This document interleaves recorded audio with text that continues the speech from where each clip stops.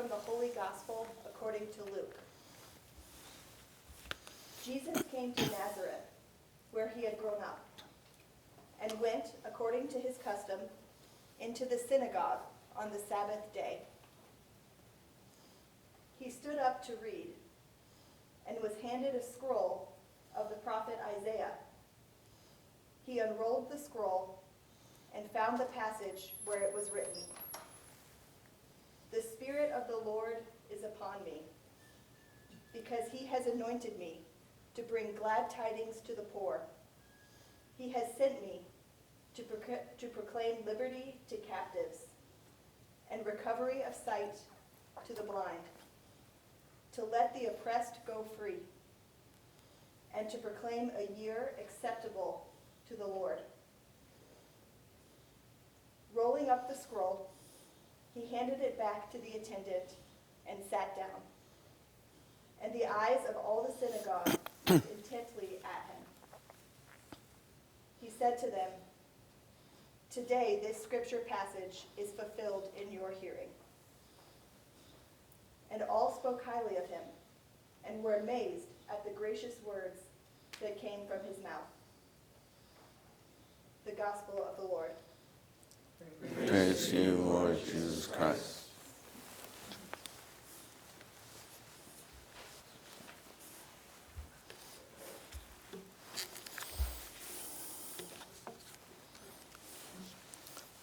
Have you ever worked on a mission statement? It's not easy, and it can be excruciating. You debate every word and phrase, and you find eventually the right summary of your purpose and goals and share it with great satisfaction, and no one pays any attention. They go about their business the way they have always done it. Notre Dame, it's great to be here. It's a wonderful place. It has a terrific mission statement. It has a long mission statement. It reads like it might have been written by a committee. And it has these powerful words. This university aims to create a sense of human solidarity and a concern for the common good that will bear fruit as learning becomes service to justice. It's a great mission. It is not the best mission statement I've ever read. The best mission statement I've ever read is the passage from St. Luke's Gospel we just heard, read to us. Several things are striking to me about this passage. One, this was not the reading of the day. It said Jesus came forward, they gave him the scrolls from Isaiah, and he found this passage. So these words were not new. They come from the prophet Isaiah. And Jesus placed himself in that tradition. Thirdly, and for me at least, the most powerful or unsettling thing, this was Jesus in his hometown synagogue in Nazareth, in front of his family and friends, and maybe some of the folks who knew him and didn't like him very much. I have to admit I'm not very comfortable preaching this evening. I've listened to homilies. I don't preach very often. But I would be a lot less comfortable preaching in my own parish community of St. Ambrose in Cheverly. In his hometown, Jesus not only read the words from Isaiah, he declared this was his mission. This was his work on earth. It was being fulfilled in their midst. And the response, to say the least, was mixed. Some were amazed at his gracious words. Some were perplexed, said, "Isn't this Joseph's son, the carpenter?" And some were frankly upset. Who was he to claim this passage as his own? And as the scriptures go on, they said, "Why don't you do here the things that you did elsewhere?" And he responded, no prophet is accepted in his own nation. That did not go well.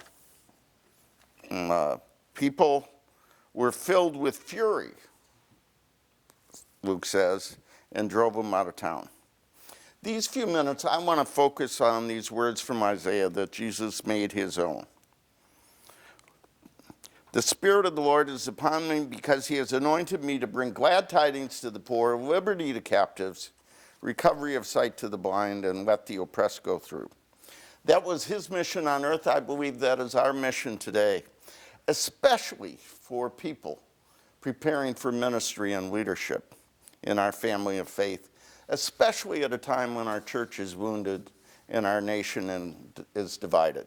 What does it mean to bring glad tidings, to bring good news to the poor in a divided economy where the gaps between rich and poor are large and growing, where a fifth of our children grow up poor in the wealthiest nation on earth, where 1 million children will die this day of hunger?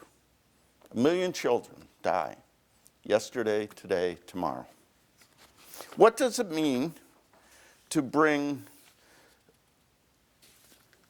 liberty to captives when we know how we can be enslaved by prejudice? Others can be enslaved by discrimination, many enslaved by addiction. How do we bring new sight to those blinded by indifference and selfishness, prejudice, ideology, or partisanship, especially in an election year? And how do we set the oppressed free from hunger or homelessness, fear or despair?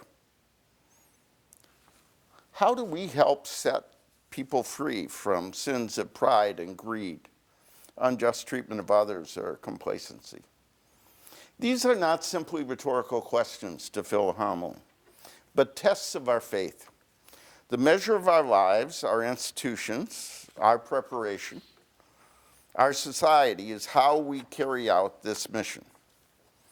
While many people were perplexed or angry or amazed, to use the word of the scriptures, at least one person in the room had a glimpse of what this mission meant. And we are going to read her words in a few minutes. Mary, his mother, said, "My soul proclaims the greatness of the Lord, for he has looked with favor on his lowly servant. He has shown the strength of his arm. He has scattered the proud in their conceits. He has cast down the mighty and lifted up the lowly. He has filled the hungry with good things, and the rich he has sent away empty." So Jesus' mother understood this mission in a general way. I think Pope Francis understands this mission.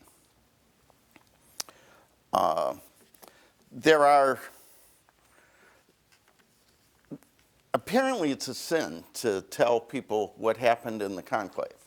So what did Pope Francis do on the day after he was elected? He called a press conference to tell them what happened in the conclave. And he said, when the votes were mounting, when it was getting dangerous, his friend, Cardinal Humes, leaned over, hugged him, actually gave him a kiss and said, "Don't forget about the poor." And Francis says, that is when I decided I will call myself Francis, a man of the poor, a man of peace, a man of creation. I had the honor of being in the House chamber when Pope Francis came to our country. I never thought I would see that day. I remember when John Kennedy was told he couldn't be president because he would take advice from the Pope. And now the only thing the Congress agreed on was they needed advice from the Pope. And what struck me that day was not what he said, but what he did. The tradition is after a big shot delivers an address, they have a fancy banquet in the halls of Congress with the most powerful people on earth. And Pope Francis said, no, that's not where I belong.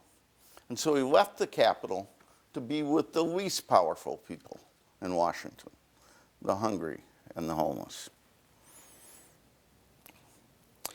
There also is a warning from Francis. You may have read it in The Joy of the Gospel. He says, no one can say that they cannot be close to the poor because their own lifestyle demands more attention to other areas.